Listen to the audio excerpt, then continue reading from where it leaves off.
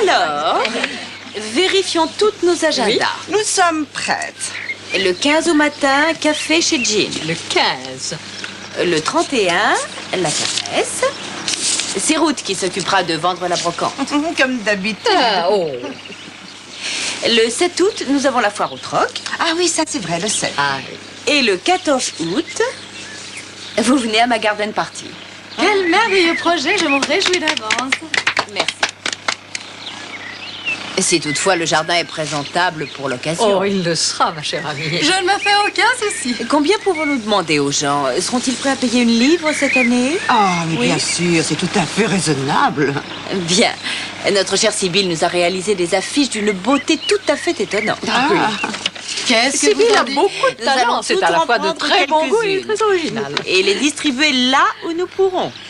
Je prends celle-là, Sibylle. Ça ne vous dérange pas d'en prendre deux? Oh, mais je vous pas en du donne tout, bien une au à vous contraire. aussi. Je sais déjà où Lorsqu'on pouvoir y les réfléchit, proposer. il y a des tas d'endroits où l'on pourrait en placer. Oh, c'est tellement ravissant que nous n'aurons aucun mal. Norma, vous permettez? Merci.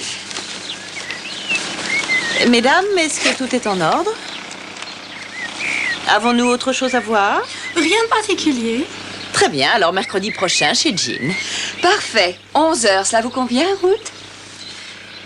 Et maintenant, si nous goûtions les merveilleux gâteaux de notre très chère Ruth. Flatté, non, mais non, vraiment rien de bien extraordinaire. Microbus le sage, microbus aux zoo, microbus dans la jungle, microbus à la neige. Qu'est-ce que je pourrais raconter? Je trouve qu'à la longue, je me répète un peu. Écoute un peu ça. 2 élèves qui font leurs études ici viennent de s'offrir un détecteur de métaux. Et ils viennent de déterrer un vase romain qui contenait des pièces d'or dont on a évalué le montant à 70 000 livres. Encore un microbus et ce sera terminé, crois-moi. 70 000 livres. Je n'ai plus du tout d'inspiration. S'il te plaît, tu ne veux pas m'aider pour une fois. Microbus. Microbus à Tombouctou. Pas mal. Pas mal du tout. Microbus à Tombouctou. Alors.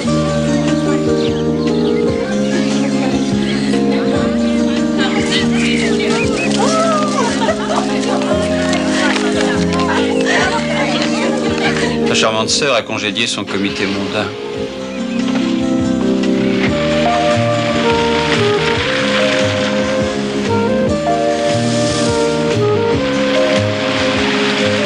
Norma préside des comités depuis l'âge de 10 ans. Boss, boss, boss.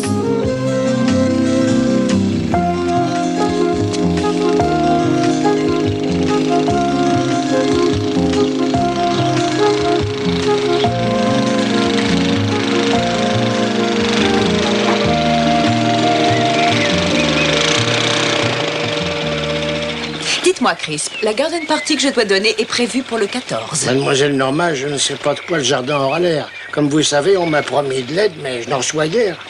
Rassurez-vous, en nous mettant tous à la besogne, ce sera un jeu d'enfant. Il y a bien longtemps que j'y suis à la besogne, et pour ne rien vous cacher, j'en ai plein le dos.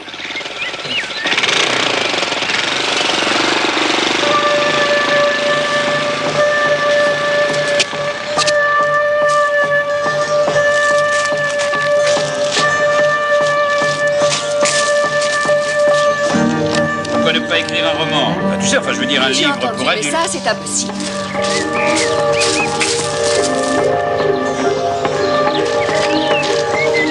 Pas écrire un roman. J'ai déjà essayé, je n'ai pas pu. Pour l'amour du ciel, Émilie, je suis fatigué, j'en ai assez de t'entendre gémir à propos du singe Microbus. Tu n'es pas Charles Dickens, tu te sers tout de suite de 10 000 mots pour des morveux de 10 ans. Excusez-moi, je tombe mal, peut-être. Le jour où vous tomberez bien, ça se saura. Bob, Norma nous a recueillis et tu le sais. Je n'ai jamais espéré une grande entente entre vous, mais évite d'être mal élevé et grossier. Eh bien, c'est moi qui vais me montrer mal élevée et grossière. Ton cher mari est un pique-assiette et un fainéant. Norma, s'il te plaît. Vous êtes revenu de Rhodésie sans le sou. J'ai dit que vous pourriez loger ici gratuitement si vous aidiez Crisp à s'occuper du jardin. Et vous vous prélassez du matin au soir, sans même faire l'effort d'arracher un pissenlit. Je me suis occupé de répondre à 30 demandes d'emploi ce mois-ci, et c'est ma faute si ça ne donne rien.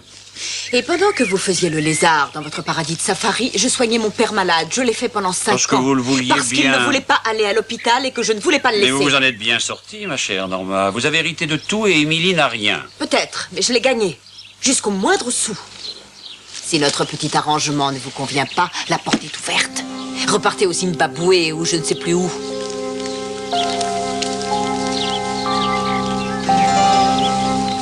Je pourrais louer votre logement 50 livres par semaine. J'ai promis à Père, avant sa mort, de ne jamais vendre cette maison. Et de m'occuper du jardin qu'il avait fait, qu'il avait soigné. Et de le conserver tel qu'il était. Elle a raison, Bob. Cette situation n'est pas bonne. Pour aucun d'entre nous. Il faut bien reconnaître que tu ne fais pas grand-chose et que ce n'est pas le sens des responsabilités qui t'étouffe. Là-dessus, elle n'a pas tout à fait tort. Oh là là là là là. Tu ne t'arrêteras donc jamais. Tu n'es qu'un parasite, tu vis sur le dos des autres. Je trime toute la journée, je me tue au travail avec Microbus le singe. Je me suis acheté ni une paire de bas, ni un paquet de bonbons, ni un morceau de gâteau depuis des mois, tu entends? Et toi, tu es allé dépenser 100 livres, parfaitement 100 livres avec des idées complètement Voilà, stupides nous y voilà, et encore une de tes ridicules. crises d'hystérie artistique. Écoute, si on ne peut pas vivre sur Microbus le singe, tu n'as qu'à te chercher un boulot de secrétaire ou de serveuse. Au moins, j'aurai la paix. Monsieur aimerait se débarrasser de moi, c'est ça? Tu voudrais me mettre à l'écart? Pour une scène, c'en est une.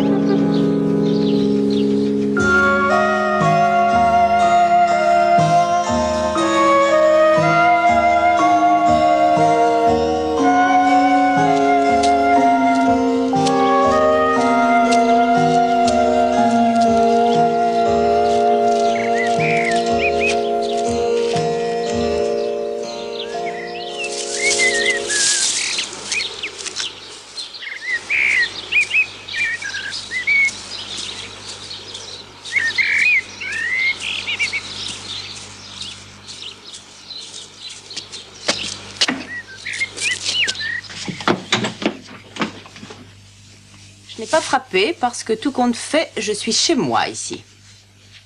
Et j'éteins la télévision parce que ce n'est pas vous qui l'avez payée. À part une canette de bière, vous n'avez d'ailleurs pas acheté grand-chose depuis que votre première femme est décédée. Que voulez-vous? Je veux savoir une chose. Où est Émilie? Elle est partie. Je sais qu'elle est partie. Personne ne l'a vue depuis 3 semaines. Où est-elle? Elle avait son livre de Microbus à terminer, dernier délai, fin septembre. Elle a dit que le seul moyen de pouvoir y arriver était de partir seule quelque part. Puis-je avoir son adresse et son numéro de téléphone? Elle ne tient pas à ce qu'on le donne. Ni à son agent, ni à sa maison d'édition, ni à son illustrateur. Et surtout pas à vous.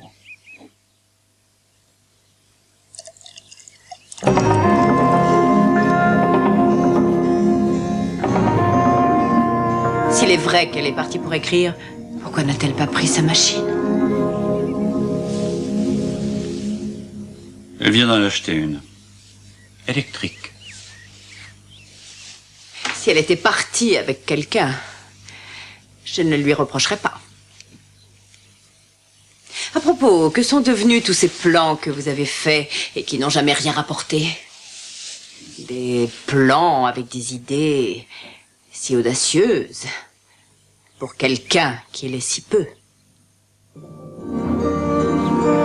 Toujours charmante et discrète. Sale macro.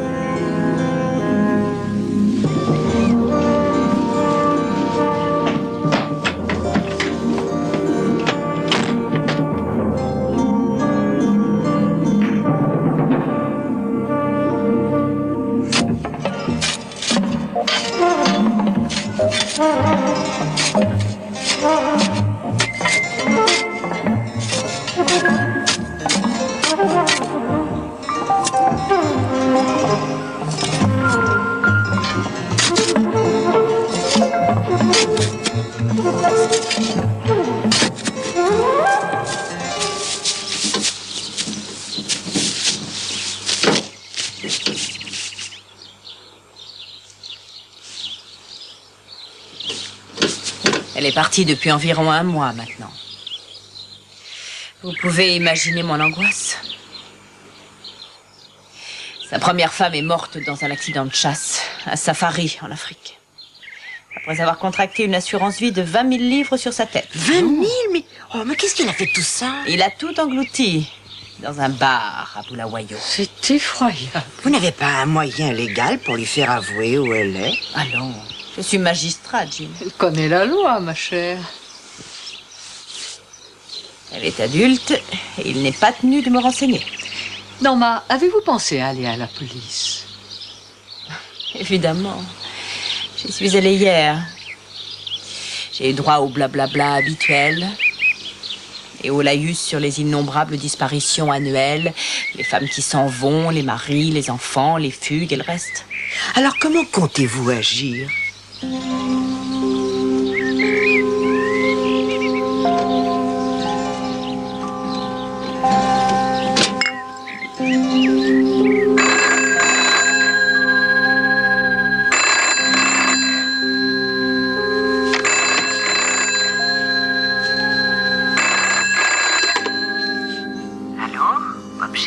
Qui est à l'appareil? À ton avis, c'est moi, Émilie? Émilie? Vous ne pouvez pas être Émilie. Pourquoi pas? Parce que... Parce que quoi? Votre femme revient quand? Quand elle aura fini son nouveau bouquin.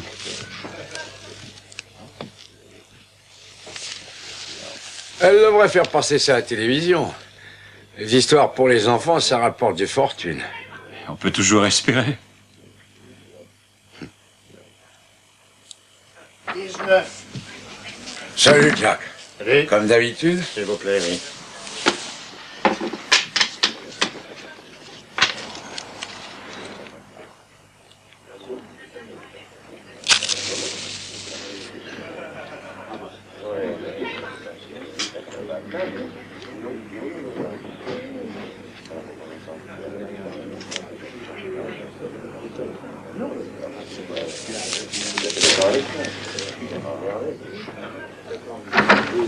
Bonjour, Monsieur Bowles. Bonjour. Eh oui, c'est moi, votre plus mauvaise cliente.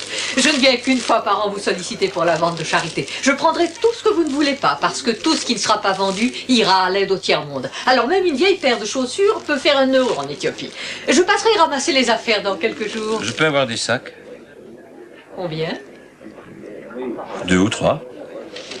Oui, c'est ma femme. Elle a un tas de vieux vêtements dont elle ne sait pas quoi faire. Alors elle a pensé les donner pour la vente de charité.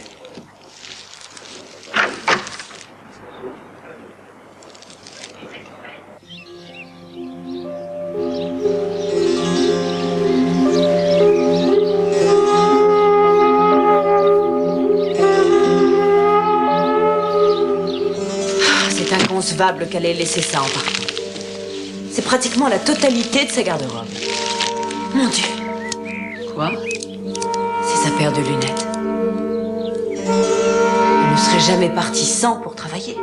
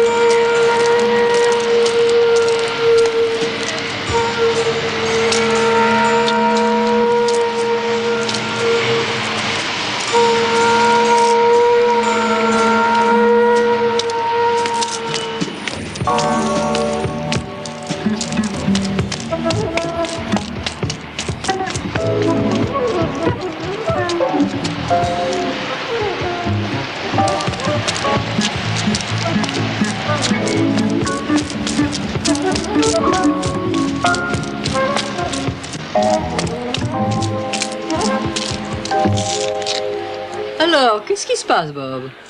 Alors,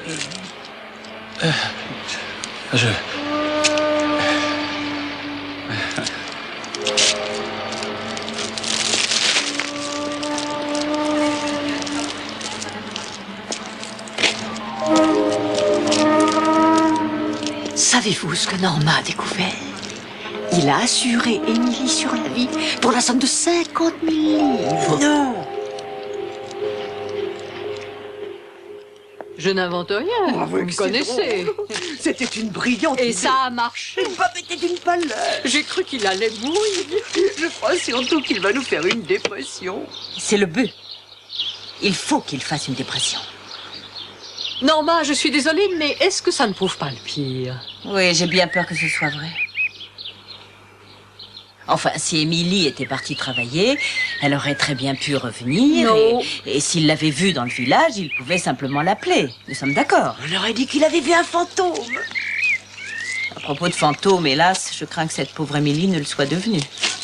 Oh, je suis désolée. Le travail du comité continue. Ma chère Ruth, voulez-vous présider? Norma, vous allez bien? Est-ce que vous iriez bien si votre sœur était morte assassinée? Oh, assassinée? Assassiné? C'est abominable. Vous vous rendez compte? Assassinée? Mais où? Oh, quelle horreur!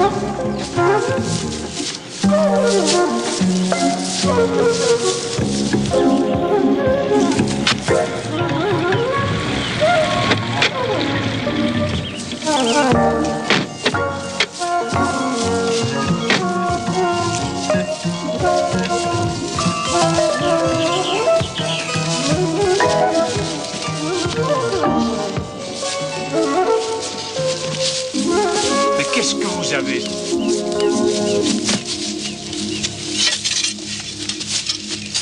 Voici Monsieur Goff. Il est détective privé. Il vous surveille depuis 15 jours. Cette personne est une actrice. C'est elle qui a joué le rôle d'Émilie dans le village et au téléphone. Vous pensiez devenir fou, n'est-ce pas, Bob? Il vous fallait revenir ici pour vous assurer qu'Émilie était bien enterrée. Là, vous avez creusé sa tombe. Enterré? Le sol a-t-il été labouré auparavant? Oui, monsieur, il n'y a pas longtemps. Pourquoi aurais-je voulu tuer Émilie? Vous lui avez pris une assurance vie de 50 000 livres. Expliquez-nous ça. Je- Vous ne trouvez rien à dire. Ça a déjà été exactement pareil avec votre première femme. C'était un accident. Le verdict d'ailleurs est... Inutile, nous passerons l'enquête cette fois. Je vous arrête pour le meurtre d'Emily Shand. Un simple détective ne peut pas m'arrêter. C'est moi qui vous arrête. Tout citoyen honnête a le droit de procéder à une arrestation. Attrapez-le! Désolé, monsieur. L'arrestation pour un citoyen est légale, en faisant usage de la force s'il le faut.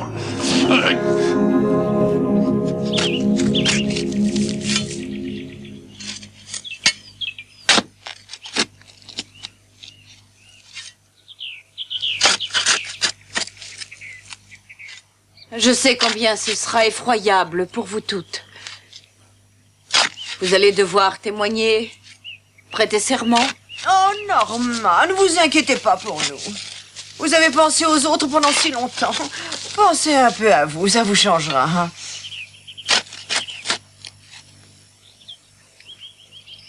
C'est un dangereux désaxé. Un horrible désaxé. C'est bien évident, cher. Mon seul regret, c'est qu'ils ne vous pendront pas. Qu'est-ce que c'est que ça?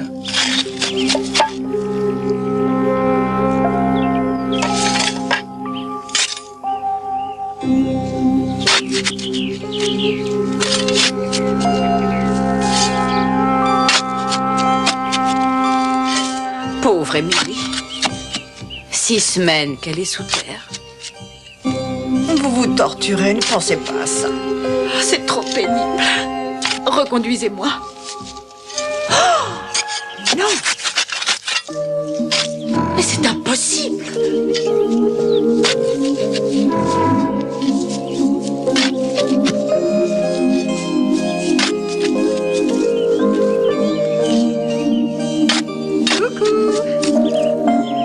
Surprise, hein? Mais qu'est-ce qui se passe? Qu'est-ce que vous faites tous ici? Ah, que de monde! Bonjour, Norma. Bob, j'ai fini en 10 000 mots et même plus. Microbus à Tombouctou.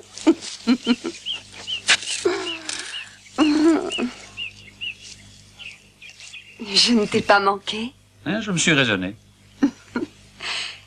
Bonjour, je me présente. Je suis Émilie, la sœur de Norma. Tu passais. Oh, voyons, tu ne lui as rien dit? Je me suis installée dans un petit hôtel au bord de la mer où on m'apportait mes repas dans la chambre où j'avais la paix. J'ai fini le livre. Et tu sais, Bob, c'est pas mal, je t'assure, c'est pas mal. J'ai l'impression qu'on n'a plus besoin de moi.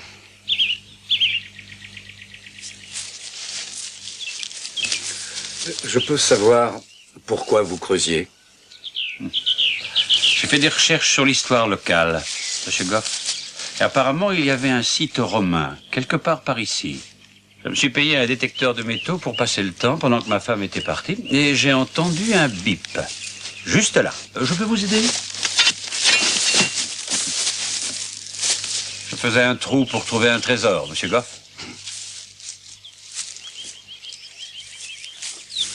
Nous vous enverrons le montant de nos honoraires.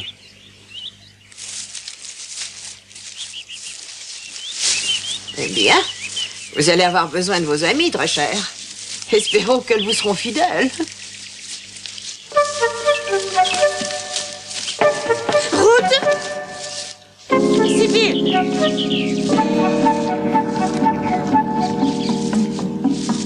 Nous allons vous ramener chez vous.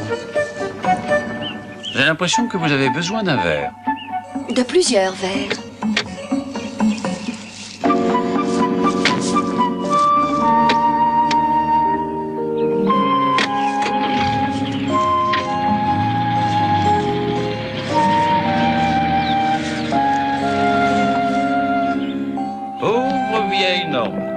Vous avez veillé sur votre papa pendant 5 ans afin de lui faire changer son testament, pour qu'il vous laisse tout. Et rien à Émilie. Et ça a marché. Mais aujourd'hui, tout va aller très très mal parce que nous allons vous attaquer pour diffamation, propos calomnieux, arrestation intempestive et voie de fait. Émilie, tu ne vas pas faire ça. Oh, mais si, tu peux compter Vu votre sur moi. position de magistrat, la publicité qui s'en suivra risque d'être sanglante. Émilie, ma chérie, tu sais que je t'ai toujours aimée avec tendresse. Eh bien, tu vas pouvoir le prouver. C'est vous qui avez monté cette affaire sordide? Oui. Mais qui va le croire? Nous pourrions aussi probablement nous arranger en dehors de la justice. Je veux la part qui me revient à Norma, ni plus ni moins. Tu sais très bien qu'elle me revient de droit.